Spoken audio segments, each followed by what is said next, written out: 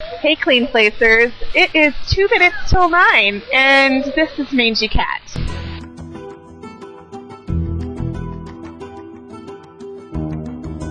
It's week 3 of the Clean Place blogging project of June 2009. This week, we are going to share excerpts from a piece of writing that we have admired or loved, or just plain liked, lest you believe that our Clean Place bloggers can simply read and run. At least our introduction and ending must be recorded in a public location. Our bloggers will also share why this excerpt is special to us and why we chose the public location that we did. I chose this location because of this fountain in the background. I'm going to read from a book called I Sing the Body Electric. I love Ray Bradbury. He is awesome. He did not want to be the father of a small blue pyramid. Peter Horn hadn't planned it that way at all. Neither he nor his wife imagined that such a thing could happen to them. When it was time for her to fly in the helicopter to the hospital, her husband held her and kissed her.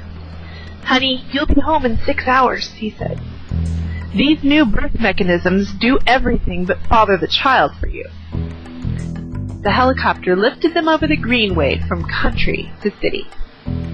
The doctor, a quiet gentleman named Walcott, was very confident. Polly Ann, the wife, was made ready for the task ahead, and the father was put, as usual, out in the waiting room. He was feeling pretty good.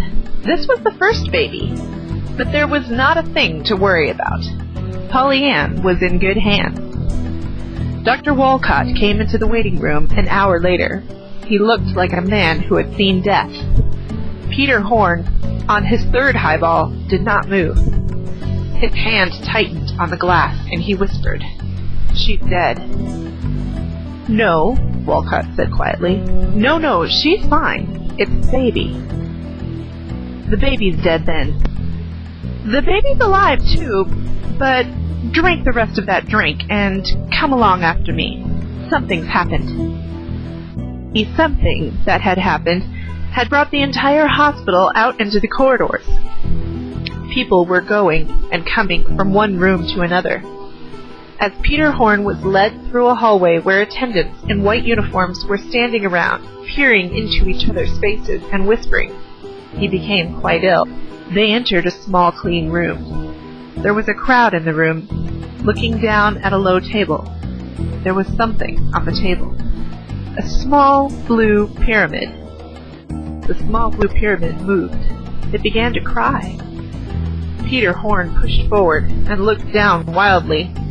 He was very white, and he was breathing rapidly. "You don't mean that's it?" Walcott nodded.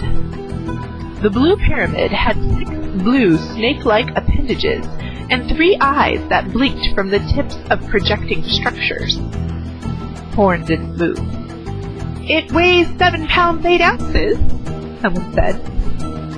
Horn thought to himself, "They're kidding. That's not my child. Oh, horrible. They're kidding me." Horn stood there and the sweat rolled down his face. "Get me away from here." Horn turned and his hands were opening and closing without purpose. His eyes were flickering. Walcott held his elbow, talking calmly. "This is your child. Understand that, Mr. Horn." No, it's not." His mind wouldn't touch the thing. "It's a nightmare. Destroy it." "You can't kill a human being." "Human?" Horn blinked tears. "That's not human. That's a crime against God." The doctor went on quickly.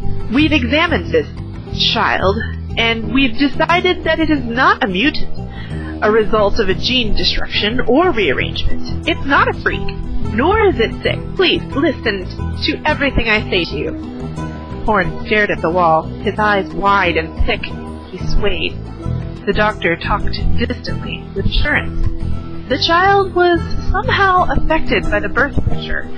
There was a dimensional destructure caused by the simultaneous short-circuiting and malfunctionings of the new birth hypnosis machine. Well, anyway, the doctor ended lamely, your baby was born into another dimension. For the rest of you vloggers, it's showtime.